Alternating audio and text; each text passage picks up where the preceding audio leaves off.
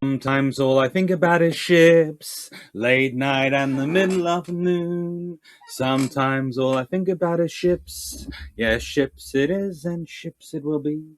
All right, so that was my adaptation of the song. I seem to get more comments about the song than I do about anything else. So, what's today? I wasn't actually planning originally on doing a Wednesday video, and then I was mucking around with various things. I'm thinking, well, should I do a book review video? And I thought, well, I'm doing a book review video for Sunday, and that would make sense to do a sort of some book review. But the trouble is, then a whole debate started up after the Ara Argentina video about Royal Navy cruiser production, and there were people going, well, you know, that these people the Vickers especially keep building the cruisers which are better than the Royal Navy cruisers, and they are better, but they're better for a reason. The Royal Navy doesn't have to deal with individual tonnage limits; it has to deal with total tonnage limits for the fleet, and also has to deal with what is an acceptable level of lying. And this is the point about the treaty system, which I try and make. And there are people who honestly, I swear, believe that, I don't know, the British, US and the Royal Navy were idiots and the only ones incapable of lying, and that the French just didn't care, and the only ones who lied sort of were the Germans, the Japanese, and the Italians, and that's just wrong. I'm sorry.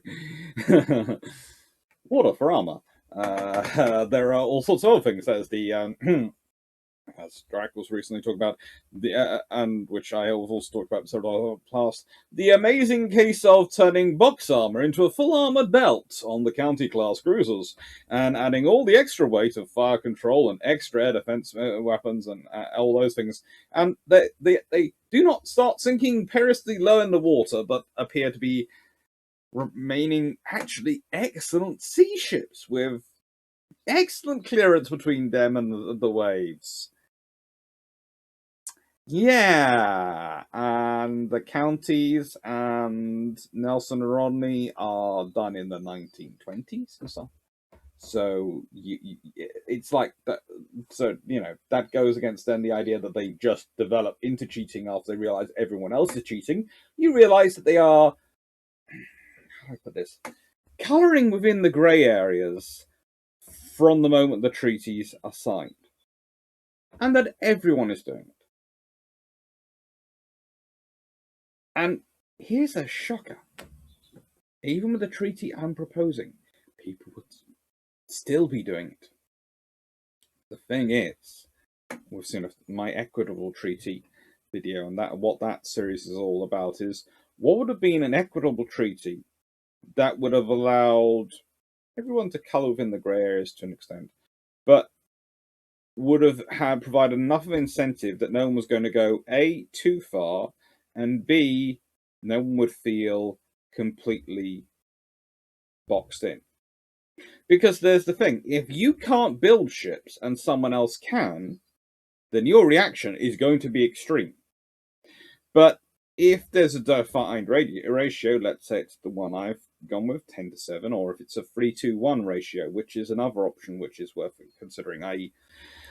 US and UK get 3 ships, Japan gets 2, Italy and France get 1. So that's set that up to your ratio and say 21, 14, and 7, or I don't care, 4, 8, and 12 if that's really what you want to go for. But I'm fairly sure the Royal Navy and the US Navy would not like that one.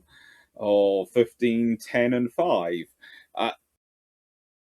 That doesn't give the RN and USN their 6 limits, so it would have to be at least 18, 12, and 6 for them to be happy with a 3-2-1, and it's probably going to end up being 21, 14, and 7, because that gives them just a little bit extra. But leaving that all to one side, that all builds into what is going on in cruiser development.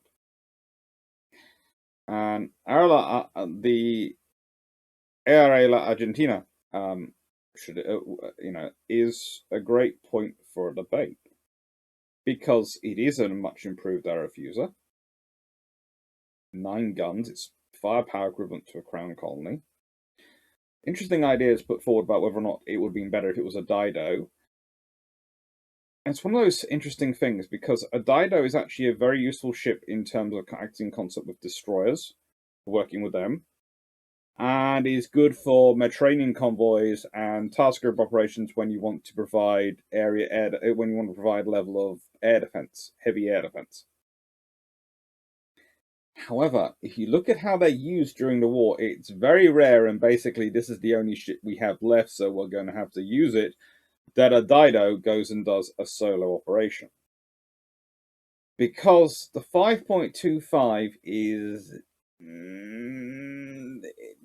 not really what's preferred for dealing with other cruisers. They prefer a 6-inch. And if you're talking about doing long-range escorts of convoys going up the coast of Africa or etc., those things, usually they're escorted by destroyers and an AA cruiser. So yeah, Dido would have been fine for that. Usually it's actually one of the Cs, but we'll leave that to one side. But the point is, if I'm sending out a cruiser for reconnaissance around the Royal Navy, I'm probably going to go with a 6-inch gun. And you only have to consider the fact that the Royal Navy keeps the 6-inch guns and the crown colonies in construction throughout the war, and then after the war, the cruisers they build are the 6-inch cruisers. Not because the 5.25 isn't good at what it does, it's just it doesn't. If you have a ship which has a mixture of 6-inch and 4-inch gunnery firepower, or as in Tiger's 6-inch and 3-inch autos, they have a capability enough with their weaponry that the 5.25, as good as it is a compromise in both. It doesn't provide you the rate of fire of the 4-inch. In some cases, because some of the later 5.25 inches faster than the 4-inch, but basically the 6-inch is better than the 5.25 at engaging ships. The 4-inch is better than the 5.25 at engaging aircraft at the radius at which a ship on its own is likely to be engaging them, and that is the point. You would think a ship on its own is going to want to start engaging at the furthest possible reach, but then it can't do a concentrated battering. It can't do a concentrated fire. If you have multiple ships with 5.25, you can do a very interesting concentrated fire and produce a wall of flak, which is in many ways how the long-range fire works, very well as a group. But if you're a ship on its own, you're going to wait till it's closer. In which case, the rate of fire and redundancy of the 4-inch that does tend to be a bit attractive, which actually causes some interesting things to happen. Basically, it's one of those. That would be an entire video of itself, explaining and going through that, which I might do at some point. I think Drac has done something similar, and I think Norman Freeman's done a book, which is on that sort of topic. But yeah, I'd do it from my own angle as well, because there are some factors which I would put in, which I think should be worth one thing. Anyway, what does that mean? What am I doing today? Well, I thought I'd take a spin in UAD on what the RN's real dream cruiser would have been if they had been able to build them as they'd wanted to. And I'm going to do it on UAD. And then, well, you'll see what their opponent's going to be. That'll be the fun thing. Right.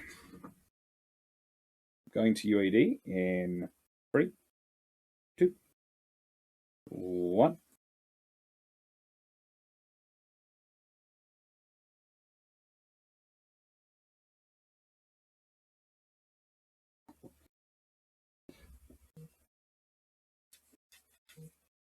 So, this is going to be a fairly traditional fight. It's 2 British light cruisers versus a German heavy cruiser. Yay!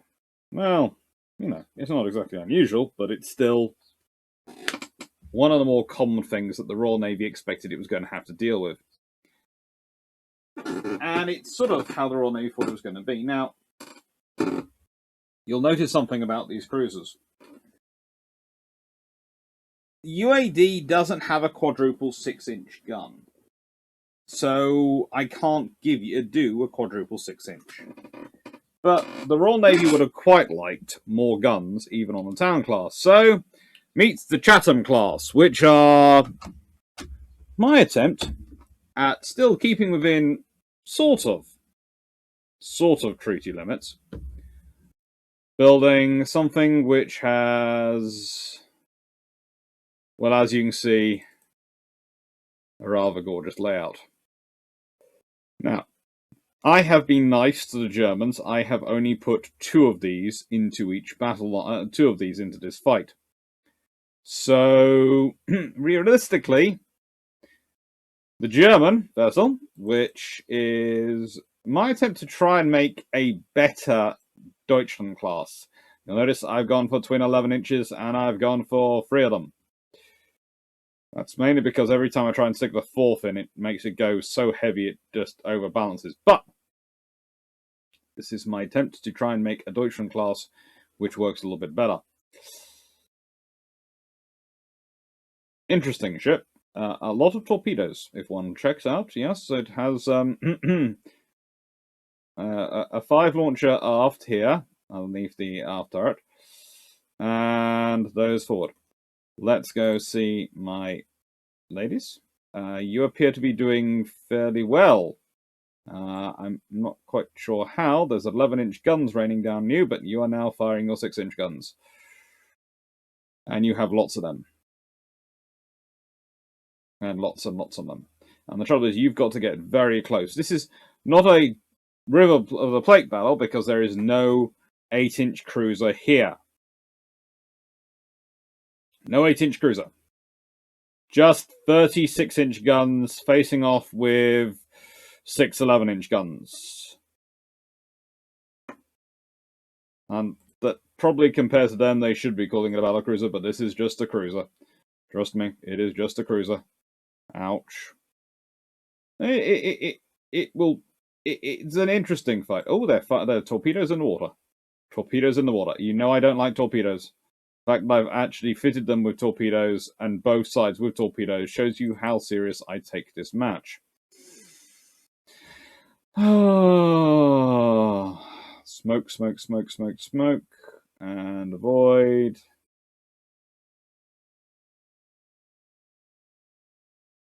You're doing well, Division 2. You've got barely any damage to you. Let's see how much damage to the other vessel.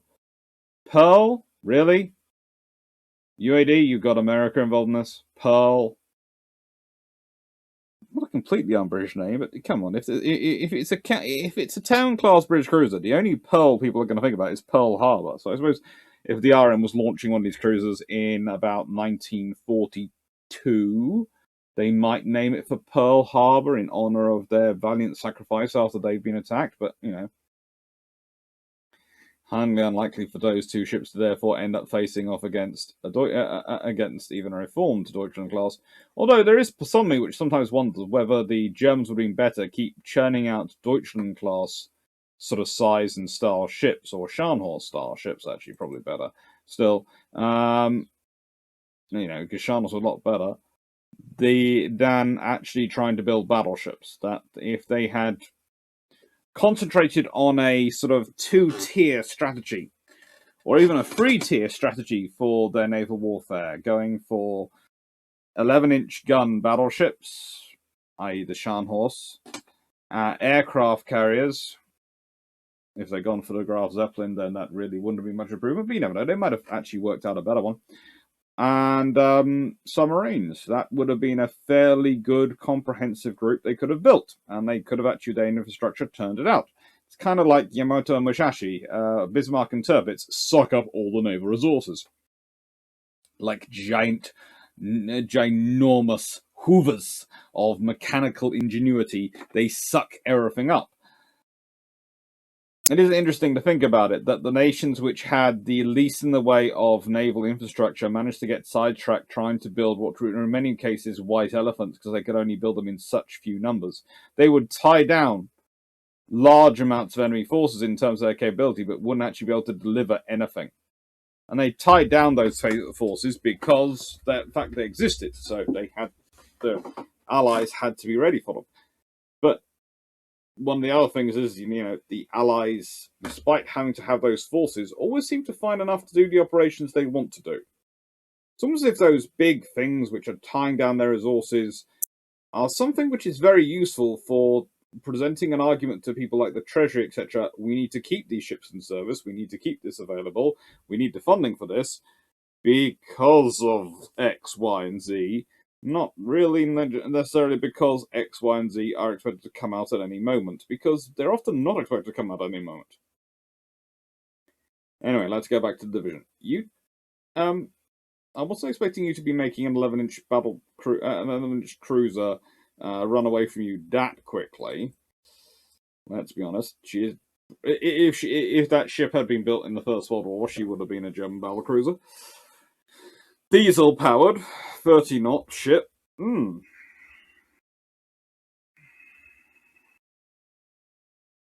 think you see, what's also slightly more interesting is this is, of course, 9,900 tons. If I want to build a bigger cruiser, a bigger light cruiser than this 9,900 ton fully loaded vessel in UAD, I have to go into the heavy cruiser. And of course, that's not really the case, because the RM were quite happily, expanding the size of their 6-inch guns and going, ooh, what can we put on you? And I know, there are people already pointing out to me going, probably in the comments, yes, but if she'd had the 4 quadruples, which was planned for the towns, then she would have had 16 guns. I know. But I wasn't adding a single 16-inch gun just to make sure she had 16 16s. 16 sixes, I mean. It just... Although 16-inch guns, that'd be quite a fun thing for a battleship. But that's a completely different discussion. I'll look at that another time. Take the King George V style quadruple turrets, add in 16-inch guns, and mount 4 of them to a battleship. As long as it can go fast enough, its prey can't run away from it that easily. That's going to be a scary thing, but the whole point is it's the volume of fire matrix. So, yes, this has the more powerful guns. If you were talking to a newspaper person who wasn't Jamie, and you said, well, we've got an 11-inch gunship versus a 6-inch gunship, they'd probably say the 11-inch ship should win. But there is a volume of fire thing going on here. It helps with accuracy, it helps with targeting. This is taking place in 1940. There are limits to what radars are available. There are limits to what other systems are available. This ship is not in a good scenario. The reason it's not in a good scenario is because the sheer volume of fire coming from Division 2. And if you wonder what's easier for the Royal Navy to build, churn out a lot of 6-inch cruisers, or churn out an 11-inch cruiser to match the Germans, or churn out a lot of 6-inch cruisers. The Royal Navy would have dearly liked something with more 6-inch guns than they had. They would have dearly liked something with longer range than they had. They'd have dearly liked something with more armor than they had. But the trouble is, they can dream all they want of these things. Admiral Henderson will have the designs drawn up, and trust me, the designs are drawn up. The Royal Navy basically starts from what would have been the perfect ship, and then work their way down to what's the acceptable compromise ship. And the acceptable compromise is what fits within, as I've said, the grey area you can get away with in the treaty system.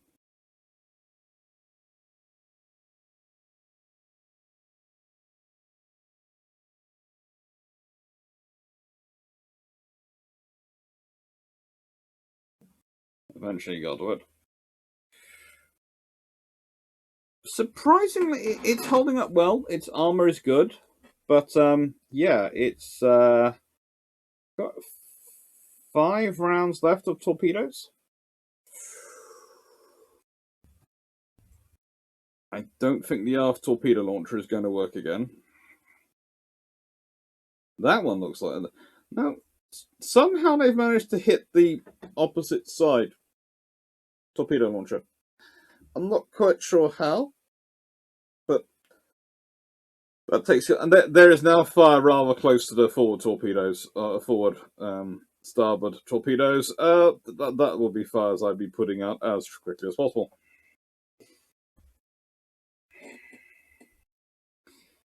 Before anyone thinks I'm being specifically cruel to my German cruiser, I have done this with treble 11-inch guns as well, and given her 9 11-inch guns, and that does improve things somewhat, but that's only as long as she's just facing 2 of these 6-inch cruisers.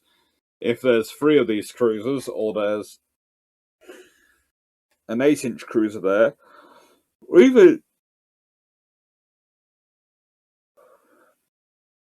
some group of lighter ships, i.e., my UAD variant of a tribal class destroyer, it's not really a good scenario for the German ship. And it's, in many ways, doing this game and doing this with Spring Sharp and other things has cemented my long-held belief that if you're going to do surface raiding, you need to do it in multiples of ships. You need to have enough ships you can send out a pair to hunt together, or at least hunt within close range together, because ships' performance dramatically improves once you've got a pair. If I put a pair of these versus 4 Royal Navy light cruisers, the results get far harder fought. And actually, the Germans win some of the time. It's rare, but they win some of the time. The moment you start adding multiples, which tends to lead you to the idea that maybe the entirety of World War II is decided by the infrastructure that is preserved from World War I. And that also makes you think that maybe if the treaty system that have been implemented after World War I in terms of naval treaties had not been quite so restrictive on ship construction and allowed the UK, the US, and France to maintain better infrastructure, then World War II might have been a lot shorter and a lot less lives lost. Interesting thing to think about. Infrastructure. And why wasn't that infrastructure maintained? Because the fleets are maintained at the size. Well, it's not just to do with infrastructure in terms of the actual fleet. Has it got a port to go and sit in? It's infrastructure to do with construction and to do with part construction and armor construction. And if you've got all the supply chain basically dying out, you have a problem when it comes to rebuilding the supply chain when you're trying to rearm in the 1930s. But more importantly, you have a problem when it comes to getting the necessary supplies through to build new ships whilst also repairing old damaged ships in wartime. You need a lot of these things going through. It's far easier to keep those things going if you have a constant drumbeat of orders. Doesn't matter necessarily how big the orders are, they just have to be in a relative quantity. So again, if we go to the most recent and the only published so far example of my Equitable Washington Treaty series, the example I gave showed the British showing a steady drumbeat of construction. It wasn't a massive drumbeat of construction. It was a couple of battleships every 2 years. That's not going to break the British Bank. That's not going to, cause a massive conflict. But that is going to keep up enough production.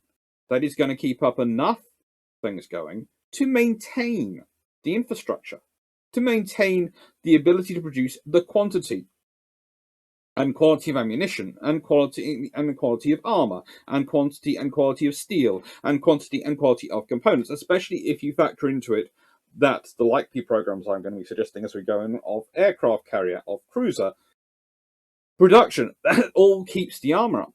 Instead, what the British have the county class cruisers to try and maintain their industry.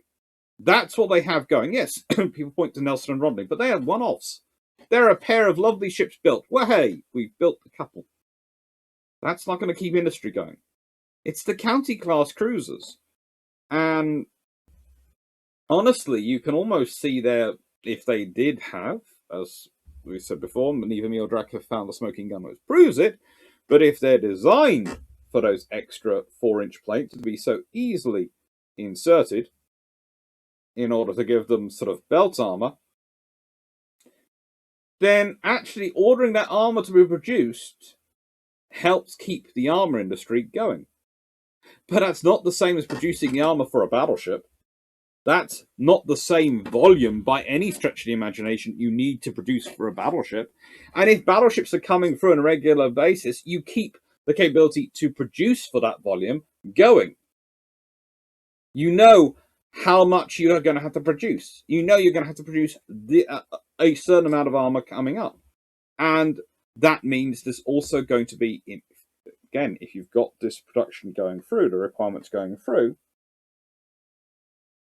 well, it creates enough business, there's going to be competition, which is good for the pricing and also good for your infrastructure because it means there is spare capacity for when war comes along.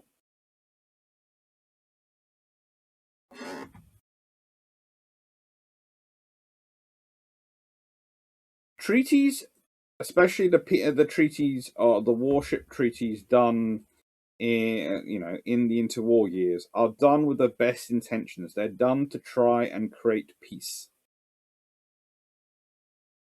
But the trouble is, they try it to create peace in many ways by working against human nature rather than with human nature. Humans are not basically evil. They are not basically good. Humans are basically neutral. Humans, as a rule, tend to be no more nasty than anything else, or no more nice than anything else. Yes, there are some very nice humans, but on the balance, there are some very nasty humans. As it turns out, we all sort of work out as basic neutral, as lawful neutral, maybe. Even you could describe it as. The reality comes down to, therefore, if you have a level of construction going on that allows the good guys, everyone, to produce, then everyone knows everyone's got that infrastructure, and therefore the incentive becomes, well, they're able to produce that. They've got that infrastructure already built up. I can't match that. I can't have a hope to match that. It's one of the interesting things that the very treaty, the Washington Naval Treaty and the London ones which come after it, which are designed to stop a scenario replicating itself prior to World War One, i.e., the naval race. A naval race which most people agree by the end of it the British had won, probably by about 1912, 1913, but they're still putting the hammer down to make sure it's emphatic.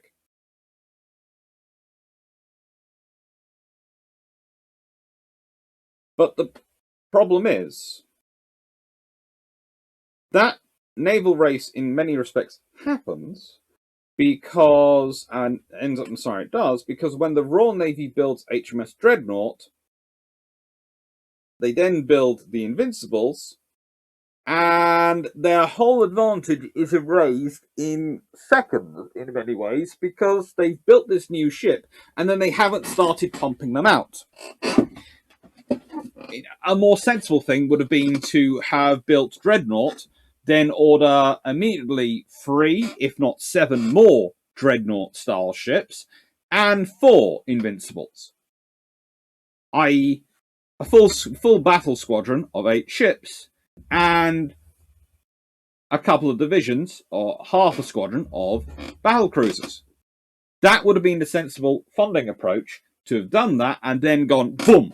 We've set the world alight. We've got these 12 ships in service before anyone else can really match them.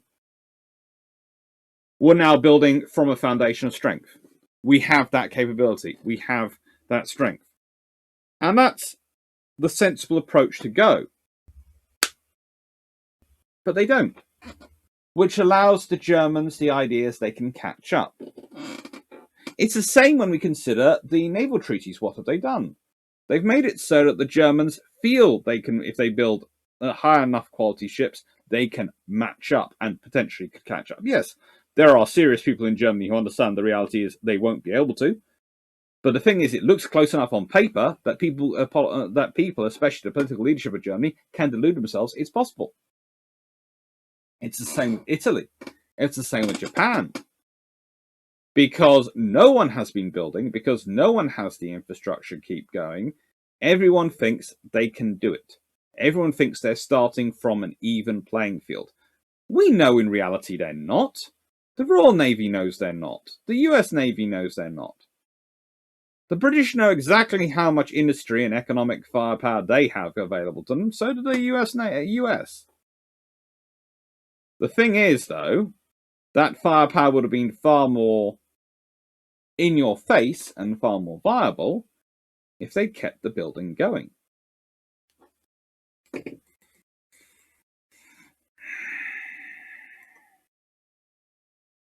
Also, I have to admit, this particular ship is very lucky it's not facing off against any of my battle cruisers. That's never a good idea.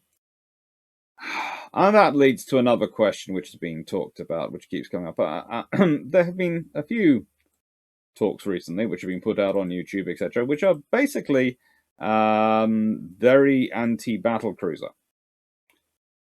And I find that interesting, because I'm not always the world's biggest fan of a battle cruiser in terms of I don't think they should be put anywhere near the battle line. In fact, I think the moment the Battle of Jutland happened, you should have had BT's battle cruisers withdrawing off, along with the eyes withdrawing off, the battleships, the battleships taking up the battle line, providing the firepower, battle cruisers forming up and attacking from a different angle. They should not have been in any way, shape, or form anywhere near the battle line.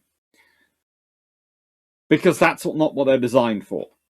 I know there are people who go, well, in theory, these ships have this armor, which means they could take on some of the smaller battleships. No, their armor is in. Yes, their armor might be thick enough in certain points that it stands up, but it's not going to cover them the same way as a battleship's armor. That isn't a battle cruiser's role. If a battleship is about gaining control of the sea in the fight, a battle cruiser is about commanding the sea, about being able to make use of it, about denying its use to the enemy, it's the economic warfare side of things. It's designed to be out there for a long time, a long way from home, being able to hunt down enemy ships. It's designed as a reconnaissance tool, an information warfare weapon. It's not supposed to be fighting battleships. Now, the thing is, again, that's the problem, though, induced by the capital ship status of the Washington Naval Treaty, because it defines battleships and battle cruisers both as capital ships, which is a political victory for the United States. It is. Because it equates the two and limits the two as one group, rather than making them as separate categories, which can enable the British to maintain the separate categories and capabilities. And the moment you define them as one group, you make the rise of the fast battleship inevitable. But also, you end up leading to what you get to in World War II. Because in the 1920s and early 1930s, a battlecruiser still makes a lot of sense. In World War II, for Britain, if World War II had started in the Pacific, battlecruisers would have made a lot of sense. They would have allowed them to do very fast operations at high speed and have caused a lot of trouble, moving out from Singapore, and as they moved up as they fought their way up to various points, as I've discussed before when I've been talking about what the British battle plan likely would be in those Japanese videos, those battle cruisers would have been useful. They would have been a flying wing, especially with the aircraft carriers. But the thing is, in a fight in the North Sea in the 1940s, they don't make sense. In the Mediterranean, they don't really make sense. Atrius Renown potters around the Mediterranean trying her best to be of assistance and does some really good stuff. But honestly, she doesn't want to stand in a fight with an Italian battleship. Not the new ones, the Vittorio Venetos and Littorio. Littorio. They don't want to stand in a battle with that. That's not what they're designed for, and not what she should be put in place for. That will just cause disaster.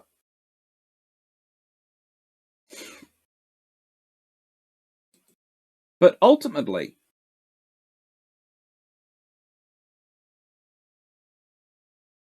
that is what we're left considering.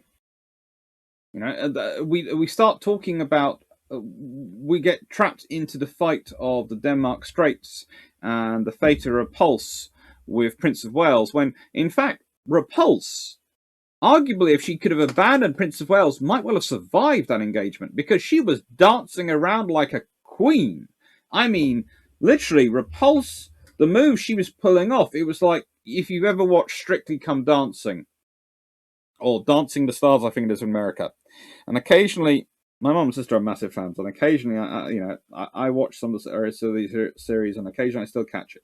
And there always seems to be at least one guy in there who is a football star or athletic or something like that, who should on paper be a really good dancer, but just has two left feet.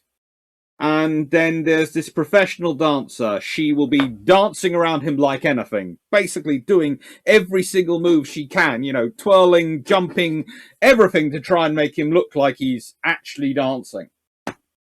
Well, that is Repulse and Prince of Wales. Prince of Wales is the footballer with two left feet when it comes to dance floor, and Repulse is the no less athletic, but slightly more mature female dancer trying to make her look like she knows what to do, trying to make it look like Prince of Wales knows what she's doing.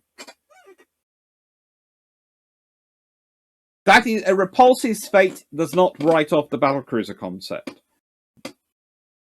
Hood's fate shouldn't write off the battlecruiser concept.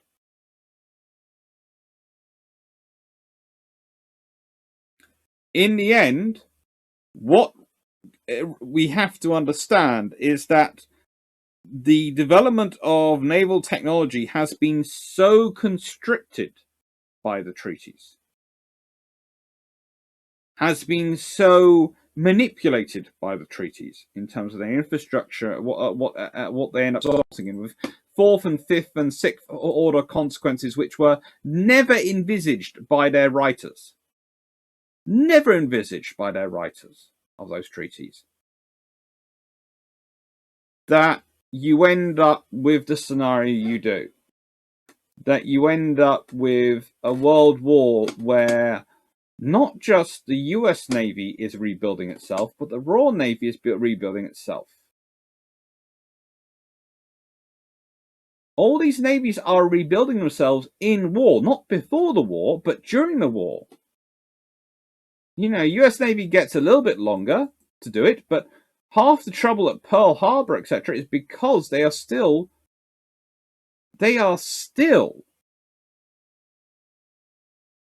pulling themselves together after those years of treaty for enforced neglect, or rather, not treaty enforced neglect, but treaty induced neglect.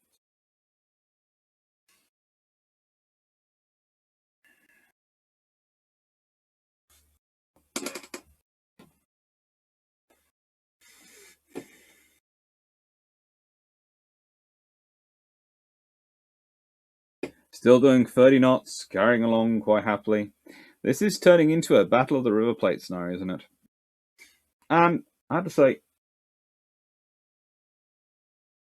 the results more often than not tend to either the ships running out of ammunition surviving, or, and it depends exactly on who's in charge and how risky they're prepared to run it,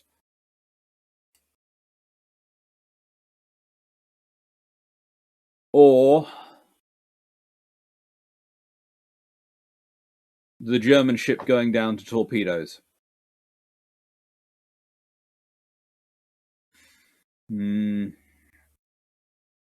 And they still got 27 torpedoes. Pearl's got 24 torpedoes. Pearl's out of 6-inch ammunition. Okay, Pearl. Well, I'm going to do something naughty.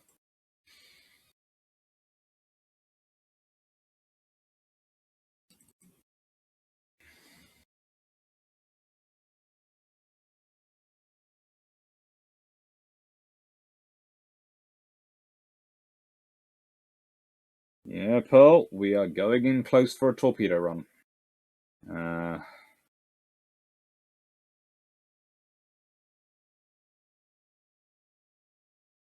We're dividing up.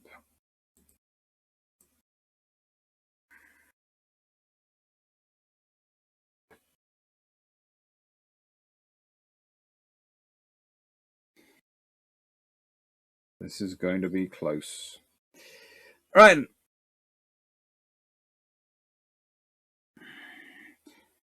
The reality is, and this is going to be quite obvious in this fight. We do not have a crystal ball. We can't see what would have happened if the treaty had been different. We really can't. We can't see what the Royal Navy had been. We can't see what... We can make informed estimates based on our knowledge, though. And that's what we can do.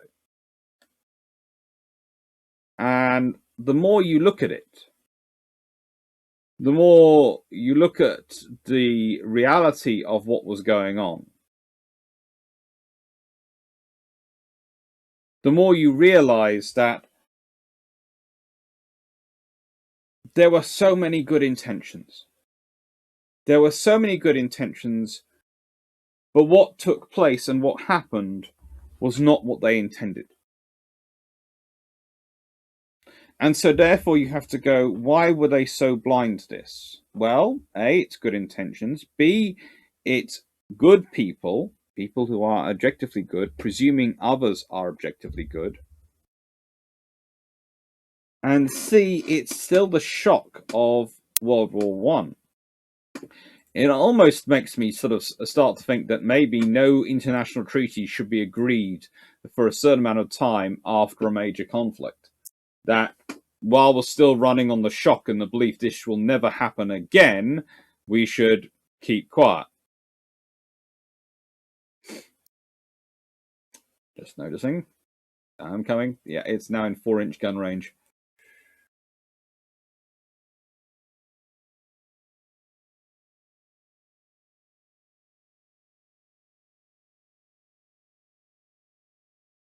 Where's the torpedoes? There are torpedoes.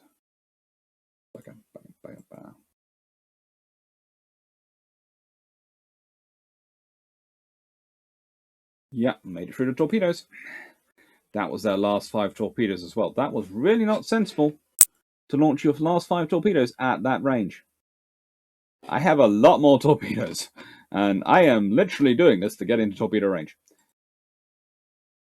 And that's actually something I have considered about trying to sort of think about doing. You know, could we do treaties? Have a rule that treaties should not be declared and should not be worked on or agreed at certain points.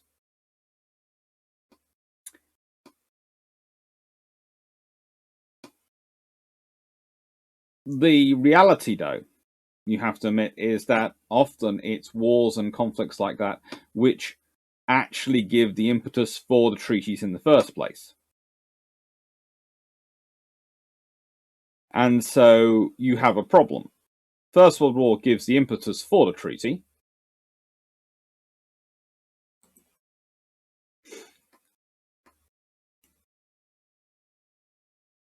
Second World War perhaps teaches that the treaties need to be reformed and rejigged. They need to be thought about more.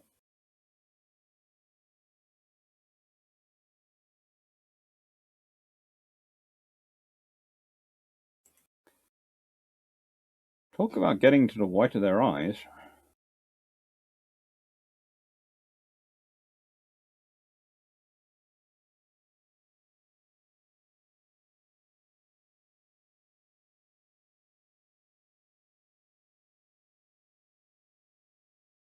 Yep, 30 knots versus 31 knots. The closing speed is not that fast.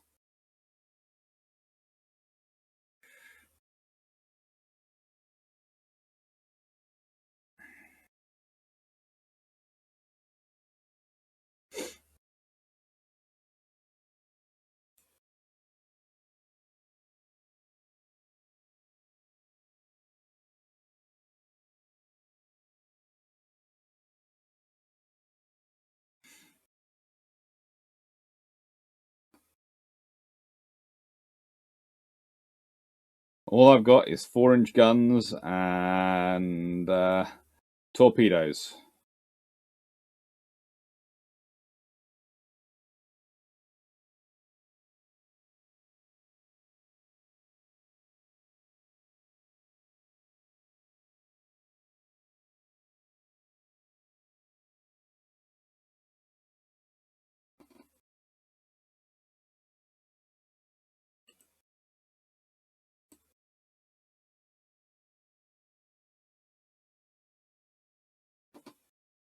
There's an aggressive firing on torpedoes. I have not scored any real hits, but that's annoying.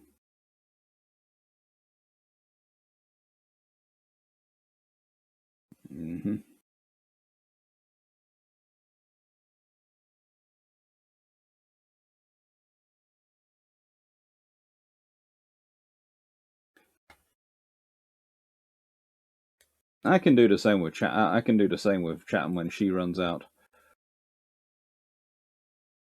I think just more torpedoes in the water.